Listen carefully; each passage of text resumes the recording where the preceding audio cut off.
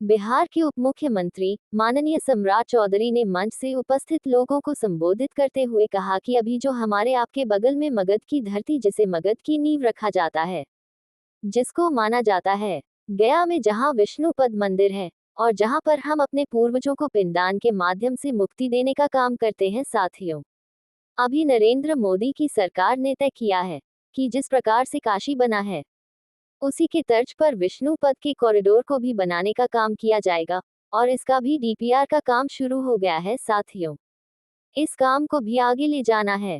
गौरवशाली इतिहास, लगातार चर्चा चल रही है कि जो बगल का गौरवशाली इतिहास रहा था 200 वर्षों तक, गोल्डन एरा, स्वर्णिम कालिक धरती का इसी बिहार से हुआ करता था। जो नालंदा, आपको याद होगा, चुनाव के बाद जब पहली रैली प्रधानमंत्री जी बिहार आए तो नालंदा के गौरवशाली इतिहास को लौटाने का काम किया। कीजिए आप लोग, देखिए, उचित रास्ता चुनिए और उचित रास्ता चुनिएगा तो औरंगाबाद का भी कल्याण होगा और इस मगध की धरती का भी कल्याण होगा। इसलिए आज हम सभी किसानों का स्वागत भी करते हैं और गोपाल जी को विशेष तौर पर धन्यवाद भी देते हैं कि आपने इतने बड़े पंडाल में सभी साथियों को बुलाकर एक साथ बैठाने का काम किया और चिंता किया कि बिहार को चिंता करनी पड़ेगी कि आगे प्रधानमंत्री को और ताकत मिले और नीतीश कुमार जी को पूरी तरह ताकत मिले, तभी बिहार विकसित हो पाएगा। इसलिए आज गोपाल जी को मैं फिर से धन्यवाद देते हुए अपनी बातों को विराम देता हूं। बहुत बहुत धन्यवाद। बदलना तो साथियों स्वाभाविक है, लगातार जिस तरह नरेंद्र मोदी जी का साथ मिल रहा और उत्तर प्रदेश बढ़ चुका, मैंने बार बार कहा, उसी तर्ज पर हम लोग बिहार को भी ले जाना चाहते हैं। अभी नवो प्रमंडल में हम लोगों ने तय किया है कि एयरपोर्ट को एक्सटेंशन करने का काम करेंगे और आपके बगल में जो बीटा का एयरपोर्ट है, मैं धन्यवाद देना चाहता हूं नरेंद्र मोदी जी की सरकार को कि उन्होंने 1114 करोड़ रुपया देकर एक अंतर्राष्ट्रीय एयरपोर्ट बीटा में बनाने का काम शुरू किया है। और ये स्वाभाविक है कि आप तो एक से, मैं जानता हूं, मैं भी मुंगेर जिले से आता हूं, मेरे ही जिले में सुरेंद्र बाबू की हत्या कर दी गई थी, एसपी हुआ करते थे। अब कोई नक्सली नहीं है, कोई विचारधारा नहीं, वो सिर्फ अपराधी है।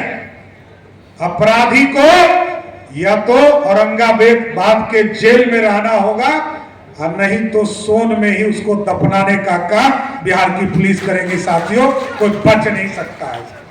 इसलिए साथियों, हम आग्रह करेंगे, निवेदन करेंगे आप लोगों से, इस बिहार के विकास में अपना समर्थन देते रहिए और जो समर्थन पिछले बार मिला है, इसके दुगने समर्थन की जरूरत है। साथियों, पिछले विधानसभा में भी हम 2015 के चुनाव में एक सीट जीत पाए थे। 2020 के चुनाव में हम खाता नहीं खोल पाए, 2024 में हमारा खाता नहीं खुला। देखिए, इस इलाके के लोगों से मैं बड़ा स्पष्ट, मैं उस पर नहीं जाऊंगा, लेकिन साथियों, यदि चाहते हो कि देश के विचारधारा को आगे खड़ा करना है, डॉक्टर श्यामा प्रसाद मुखर्जी जी ने 1951 में सपना देखा था। साथियों, नहीं चलेगा दो विधान, नहीं चलेगा दो निशान, नहीं चलेगा दो प्रधान। 1951 में देखा। हम कमिटेड लोग, भारतीय जनता पार्टी का सिपाही कमिटेड होता है साथियों, और 1951 में जो सपना देखा, हमने गठबंधन तो कई बनाए, हम जनता पार्टी में विलय हो गए जनसंघ के लोग, लेकिन विचारधारा नहीं छोड़ा, भाजपा बना। फिर जनता दल से समझौता हुआ, बीपी सिंह जी को प्रधानमंत्री बनाया, तब फिर अटल जी प्रधानमंत्री हुए, कई समझौते, लेकिन हम अपने विचारधारा को नहीं भूले। जो 1951 में कहते थे 370 को उखाड़ेंगे, जैसे ही आपने 2019 में जनमत देने का काम किया, उसी 370 को उखाड़कर कचरे के ढेर में फेंकने का काम किया। साथ ये है कमिटमेंट। हम कमिटमेंट भूलते नहीं है साथियों, और आज कमिटमेंट सुगत पल है हम लोगों के लिए। साथियों, मैं तो भगवान राम का वंशज कहलाता हूं, लव कुश समाज उसी वंश से आता है। और साथियों, आप सोचिए 400 वर्षों से सनातन के लोग लड़ रहे थे कि हमारे पूर्वजों को स्थापित करने का काम करो, लेकिन नहीं हो पा रहा था। लोअर कोर्ट गए, हाई कोर्ट गए, सुप्रीम कोर्ट गए, लड़े, सब जगह जीते, और जैसे ही आपका आशीर्वाद मिला वैसे ही 2020 में एक भव्य राम मंदिर की शुरुआत हुई, जो 2024 में पूरा करने का काम किया। और साथियों, उत्तर प्रदेश ने तो भगवान राम को स्थापित कर दिया, लेकिन साथियों अब हमारी बारी है। हम लोग भी अगले 6 महीने के अंदर इस प्रदेश में भव्य सीता मैया का एक भव्य सीता मंदिर बनाने का शुरुआत करेंगे, जिसमें मां सीता को भी स्थापित करने का काम किया जाएगा। इसलिए साथियों, हम आग्रह करने आए कि ये जिला झूठ मूठ का बदनाम है कि नक्सली है। हमको नहीं लगता है कि कोई नक्सली है। और तीनों एक्सप्रेसवे बिहार के लिए मील का पत्थर साबित होगा साहब। अभी हम चिंता करते हैं कि पानी की समस्या पूरे साउथ बिहार में होती है, और 5 बड़ी नदियां गुजरती है बिहार में, पूरे साउथ बिहार में। सोन नदी, क्यूल नदी, उसके बाद क्यूल नदी, बड़ुआ नदी और चानन नदी। गंगा के इस पार 5 बड़ी नदियां हैं साथियों।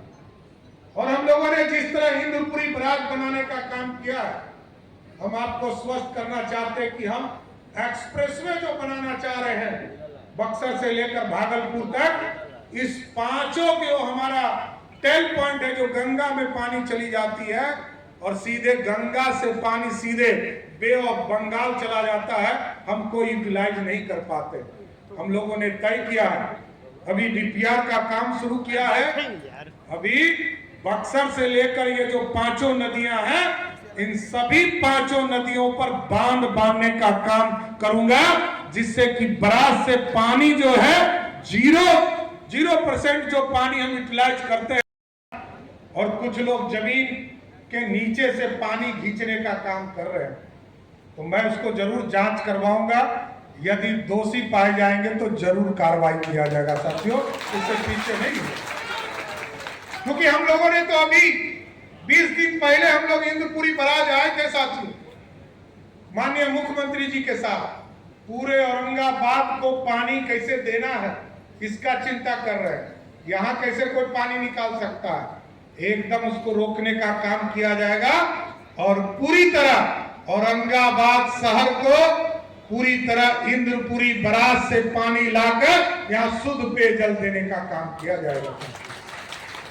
इसलिए साथियों, लगातार भारतीय जनता पार्टी इस देश में विकास के कार्य कर रहे हैं, और मैंने कहा कि खजाना का रास्ता बिहार की तरफ खुल गया। पहली बार एक्सप्रेसवे बनाने का काम शुरुआत हुआ है सर।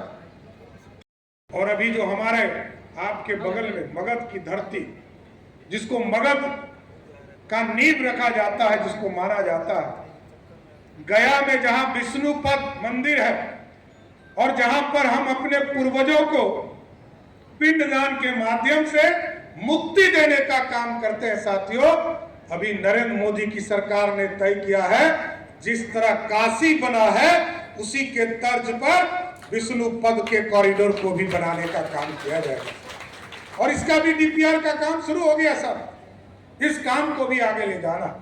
गौरवशाली इतिहास, लगातार चर्चा चल रही है कि जो मगध का गौरवशाली इतिहास था, 200 वर्षों तक गोल्डन एरा, स्वर्णिम काल इस भारत का इसी बिहार की धरती से हुआ करता था।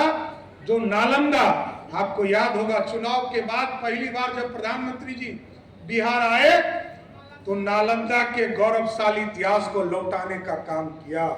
आज दुनिया में आप देखिए, लगभग 30 लाख किताबें जला दी गई थी, लेकिन क्योंकि ज्ञान एक बार आता है जो कभी जाता नहीं है, इसलिए नालंदा की धरती पर फिर से जो यूनिवर्सिटी था उसको स्थापित करने का काम किया गया।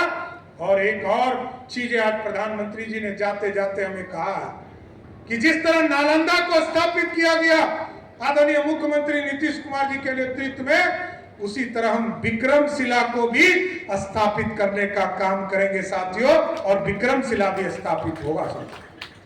इसलिए साथियों हम जरूर आग्रह करेंगे कि भारतीय जनता पार्टी अभी लगातार ये पूरा सप्ताह जो है 25 तारीख तक सदस्यता अभियान चलाने का काम कर रही है। आप सभी लोगों से आग्रह भी करूंगा, जो सदस्य बन गए हैं अच्छी बात है, जो नहीं बने हैं जो जरूर अपने मोबाइल से 8000020